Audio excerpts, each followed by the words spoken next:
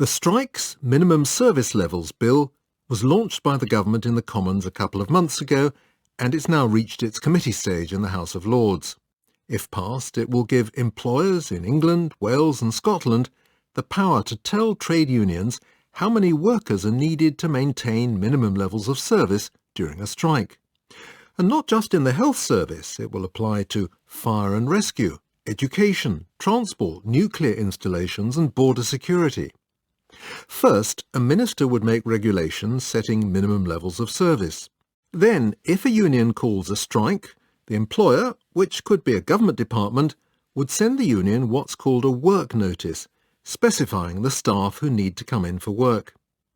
Catherine Barnard, Professor of European Union and Employment Law at the University of Cambridge, told me that ignoring a work notice could cause difficulties for the union concerned. Serious difficulties. We probably have the strictest strike laws in Europe. We don't have a right to strike. What we have instead is an immunity for trade unions, provided a number of hurdles are gone through. And in this case, if the trade unions do not cooperate with the work notice, then they will lose that protection and they can be sued. And the damages are high, up to £1 million. And of course, a lot of trade unions just do not have that sort of money. So it's serious for the trade unions. It's also serious for the individual worker, because if the worker goes on strike and they're dismissed, then they lose any protection they might have against unfair dismissal. This work notice is going to be quite a detailed document. It's got to identify the workers who are required to work during a strike to meet the levels of service specified by the minimum service regulations. Presumably this is, how many train drivers you need on the Bakerloo line on a Sunday afternoon. It's a very detailed thing, isn't it? That's what we're expecting, although in fact the bill is pretty skeleton. It just lacks that sort of detail about how this will actually work. All we're told is that there's got to be minimum service levels, but we don't even know how minimum those minima might be. They could actually be set at quite a high level. And of course, there is a really practical problem. How much do ministers know, or in reality civil servants, about how the Bakerloo line operates on a Sunday afternoon, as you said, in order to be able to really specify the levels of service that are going to be required? It's interesting that the bill doesn't just apply to the blue light services, the emergency services. It seems to go much wider than that. Absolutely. It's one of the criticisms of the bill that it doesn't just apply to, for example, primary or secondary teachers in the field of education. The field of education is not defined, and so it could cover tertiary education, it could cover evening class tutors. This is one of the issues that the Joint Committee on Human Rights raises, that the sectors affected are so open-ended that it's potentially a very serious bill and potentially breaches Article 11 of the European Convention on Human Rights. Article 11, what does that do? That concerns the freedom of association, and the Court of Human Rights has read into it a right to strike.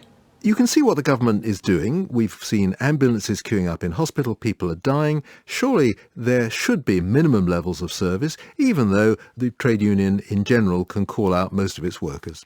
I think that's right. And indeed, already there are voluntary agreements, a so-called life and limb cover, which hospitals operate already to ensure that the public is protected. The ILO, the International Labour Organization, also recognises that there is a role for governments to lay down minimum service levels in essential services. But there are two major differences between what the ILO suggests and what you find in this bill. The first is that they strongly recommend that any minimum service level should be laid down by a collective agreement, i.e. an agreement between the trade unions and the employers. Secondly, they also say there should be the possibility of some sort of independent third party to be able to look into issues that might arise. You find neither of those protections in the current bill. What the bill says is simply that the minister must consult relevant stakeholders and that the employers must consult with trade unions. But in neither case is there any obligation to negotiate with trade unions to try to find a suitable level of minimum service provision. You teach European law, you teach employment law, and the government says that there are similar measures to this in other European countries. Is that right? Sure, there absolutely is, but what you find is that they are far more circumscribed than you find in the bill. The sectors identified are described as essential services and do not cover the range of services that you see in the bill.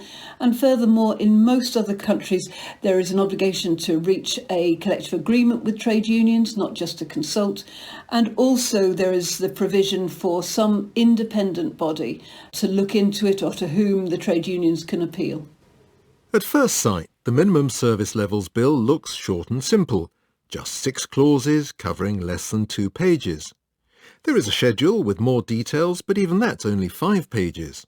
As Catherine Barnard explained, though, that's because this is yet another skeleton bill. It's just a framework on which the government of the day can hang whatever minimum levels of service the minister chooses. There is real concern about the skeletal, or what one select committee has described as hyperskeletal natures of these bills, that Parliament is giving real freedom to ministers, pretty much unconstrained, to lay down the detail of the rules in whichever field this might be. The governments of Scotland and Wales have both said they disagree with the bill's approach to industrial relations, and the bill will also give ministers the power to repeal Acts of Parliament if they think it's necessary to permit minimum service levels. That's known as a Henry VIII clause because the Tudor king was known for making laws by proclamation. This is something we see in bill after bill now, and it goes back to this point about to what extent does Parliament want to take responsibility itself, or to what extent does Parliament want to delegate powers to the executive, to ministers, to give ministers a free hand to really chop and change the law as the ministers, as opposed to Parliament, actually want. This bill has gone through the House of Commons. It's currently in the House of Lords. If it's passed by Parliament, the answer to that question must be yes, Parliament is happy to give ministers that discretion because that's the only way of achieving what the government needs to achieve to ensure that public services work.